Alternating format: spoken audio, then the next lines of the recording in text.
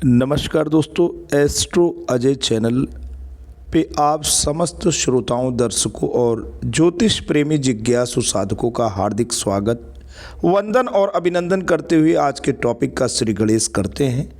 आज का टॉपिक बहुत ही इम्पॉर्टेंट, बहुत ही ज़्यादा इन्फॉर्मेटिव है। आज हम दोस्तों बात करेंगे काल पुरुष की कुंडली के तहत जो मेष लग्न की कुंडली होती है, उस लग्न कुंडली में भगवान शुक्र जब नीच राशि में चले जाते हैं। हर एक ग्रह की उच्च राशियां हैं, हर ग्रह की नीच राशियां हैं। अंतर केवल दोस्तों इतना है कि जो उच्च राशियां हैं वहाँ पे ग्रह अपने बहुत ही सशक्त परिणाम, अच्छे रिजल्ट देते हैं। वहीं नीच राशियों में जो ग्रह हैं उनका जो रिज़ल्ट है वो नहीं हो पाता, उसके दुष्परिणाम सामने आते हैं। तो ये जो कुंडली आप देख पा रहे हैं सामने, ये थंबनेल बना हुआ है। इस कुंडली में आप देखें तो ये कुंडली मेष लग्न की कुंडली है। 1 नंबर की राशि से स्टार्ट होती है ये कुंडली। ये काल पुरुष की भी कुंडली है। यहाँ अगर आप देखें तो द्वितीय भाव के स्वामी जो द्वितीयेश हैं और सप्तम भाव के जो स्वामी हैं वो सप्तमेश हैं। द्वितीयेश और सप्तमेश भगवान शुक्र नीच राशि में चले जा रहे हैं। तो भगवान शुक्र की नीच राशि कन्या है। ये 6 नंबर की राशि में भगवान शुक्र चले जा रहे हैं। इस जन्मांग का अगर आप अवलोकन करें तो आप ये पाएंगे कि 1 नंबर की राशि और 8 नंबर की राशि के स्वामी भगवान मंगल नवम भाव में जाकर के बली हो रहे हैं। नवम भाव भाग्य का, धर्म का, उच्च शिक्षा का, पिता का भाव माना जाता है। तो यहाँ पे मंगल देव बैठ गए हैं।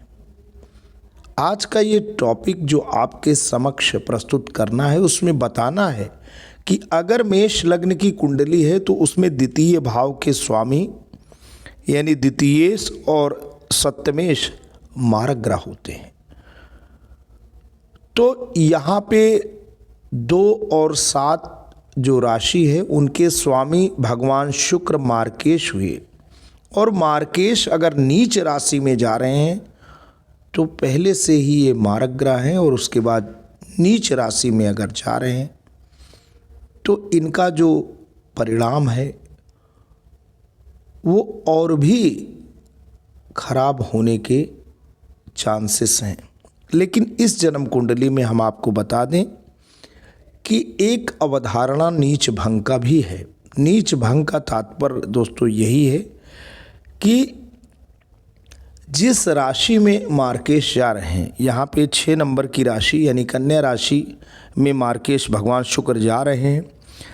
अगर इस राशि के स्वामी यानी भगवान बुध 1 नंबर यानी केंद्र में, 4 नंबर दूसरे केंद्र में, या 7 नंबर तीसरे केंद्र में, या 10 नंबर यानी केंद्र में अगर ये चले जाएं, या धर्म त्रिकोण 5 नंबर और 9 नंबर में चले जाएं, ऐसी स्थिति में नीच भंग हो जाता है। तो पहले तो हम ये बताना चाहेंगे कि ऐसी अगर स्थिति आ रही है कि मेष लगन की कुंडली में मार्केश भगवान शुक्र अगर नीच राशि में जाते हैं तो क्या परिणाम सामने आता है। पहले तो आप मेष लगन की कुंडली में मार्केश भगवान शुक्र का नीच राशि में जाना समझिएगा। फिर उसके बाद नीच राशि की अवधारणा आप समझेंगे।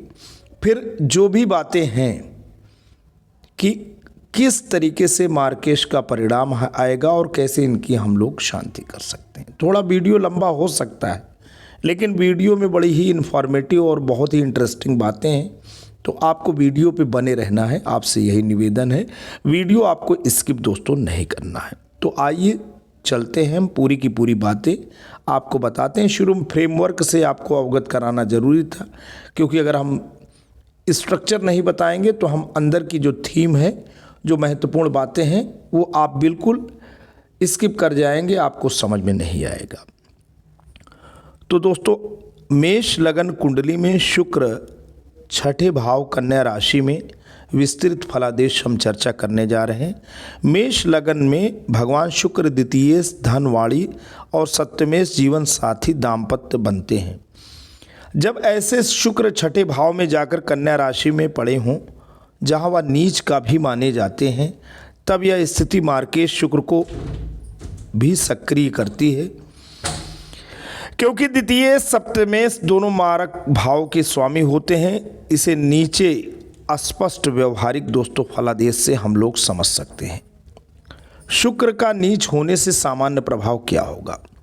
स्वभाव में संवेदनशीलता, प्रेम संबंधों में चोट, भरोसा टूटने का अनुभव, आराम सुख का स्तर घटा हुआ रहता है।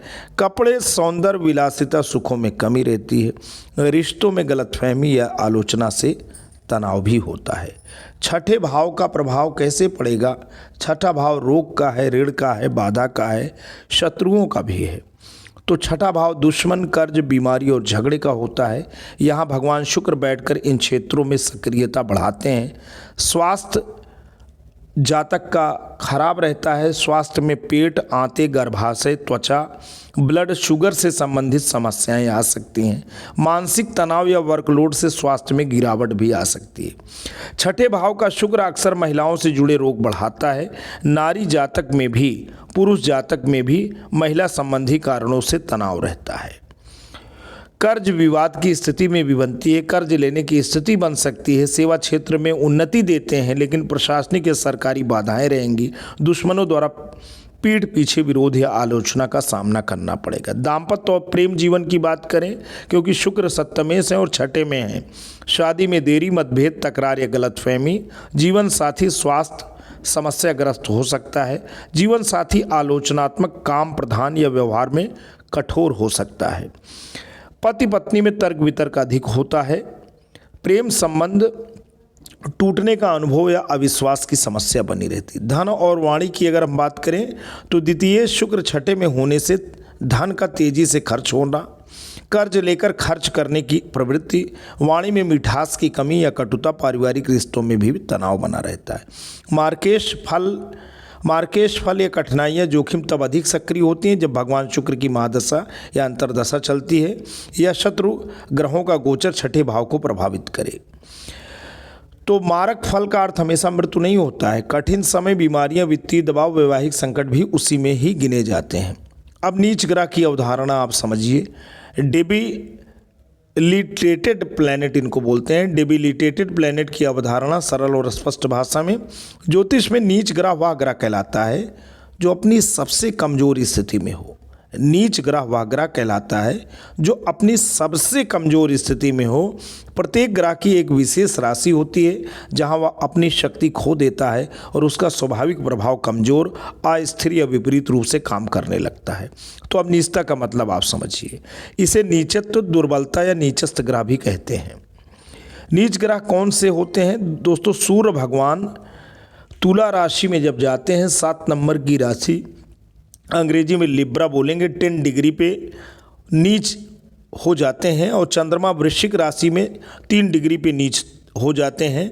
मंगल ग्रह कर्क राशि कैंसर में 28 डिग्री पे नीच होते हैं। भगवान बुद्ध मीन राशि में जाकर के 15 डिग्री पे नीच होते हैं।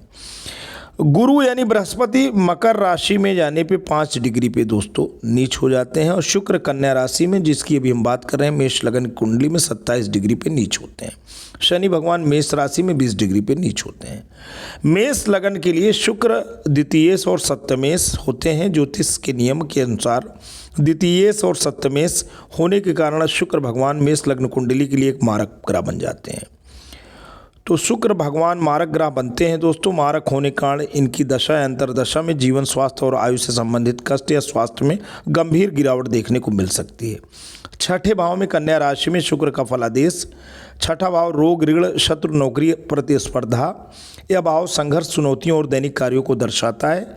यहाँ कन्या राशि है। कन्या राशि शुक्र की नीच राशि, डेबिलेशन राशि है। नीच और मार्केश, यह स्थिति अत्यंत कमजोर और नकारात्मक मानी जाती है। मेष लगन के लिए शुक्र द्वितीय धन और कुटुंब और सप्तमेश जीवन साथी और साझेदारी होने के कारण मारक ग्रह माने जाते हैं। छठे भाव में कन्या राशि में या नीच राशि में हो जाता है, जिससे इसकी अशुभता बढ़ जाती है। नीच भंग राजयोग बनने के मुख्य नियम संक्षेप में। नीच भंग होने के लिए निम्नलिखित में से कोई एक या अधिक शर्तें पूरी होनी चाहिए। नीच राशि के स्वामी की स्थिति। कन्या राशि का स्वामी भगवान बुध यदि लग्न से केंद्र यानी 1, 4, 7, 10 या त्रिकोण यानी 5, 9 भाव में हो तो नीच भंग होता है। नीच भंग करने वाले ग्रह का साथ शुक्र के साथ उसकी नीच राशि का स्वामी बुध स्वयं उसी भाव छठे भाव में स्थित हो तो नीच भंग हो जाता है। तो दोस्तों आप देख पा रहे हैं नीच भंग की स्थिति कैसे आती है, और इसके अलावा दृष्टि का भी प्रभाव पड़ता है। नीच भंग करने वाले ग्रह की दृष्टि शुक्र पर उसकी नीच राशि के स्वामी बुध की या उसकी उच्च राशि के स्वामी गुरु की शुभ दृष्टि पड़ रही हो तो नीच भंग हो जाता है। नीच ग्रह का उच्च राशि के स्वामी के साथ युति, शुक्र के साथ उसकी उच्च राशि के स्वामी गुरु स्थित हों, हालांकि छठे भाव में गुरु की स्थिति का फल अलग होता है। शुक्र से संबंधित दोस्तों बीमारियां क्या होती हैं? जल तत्व और वीर। भगवान शुक्र सौंदर्य, प्रजनन क्षमता और शरीर में तरल पदार्थों जैसे कि वीर, मूत्र आदि के कारक हैं। मूत्र या जननांग संबंधी रोग हो जाते हैं। यूरिनरी या जेनिटल इश्यूज होते हैं। यह स्थिति गुप्त रोग, यौन संचारी संक्रमण यदि अन्य ग्रह भी प्रतिकूल हों या मूत्र मार्ग से संबंधित संक्रमण यूटीआई दे सकती है। हार्मोनल समस्याएं भी आती हैं। शुक्र हार्मोनल संतुलन का प्रतिनिधित्व करता है, इसलिए यह हार्मोन से जुड़ी परेशानियां जैसे अनियमित मासिक धर्म या यौन दुर्बलता का कारण भी बन सकता है, या हार्मोन से रिलेटेड जो भी बीमारियां हैं जैसे शुगर की बीमारी हो गई या थायराइड की बीमारी दोस्तों अगर हो गई, ये सब भी प्रॉब्लम आ सकती हैं। गुर्दे, किडनी और मूत्राशय की समस्याएं शुक्र इन अंगों को भी नियंत्रित करते हैं। वीर या धातु संबंधी समस्याएं, पुरुषों में वीर की कमी या उससे जुड़ी समस्याएं भी हो सकती हैं। कन्या राशि और छठे भाव से संबंधित रोग। कन्या राशि पेट और पाचन तंत्र का प्रतिनिधित्व करती है और छठा भाव स्वयं रोग का भाव है। पाचन तंत्र की कमजोरी, पेट से जुड़ी समस्याएं, अपच, आंतों के रोग या कब्ज की शिकायत हो सकती है। छठे भाव में कन्या राशि का स्वाभाविक असर।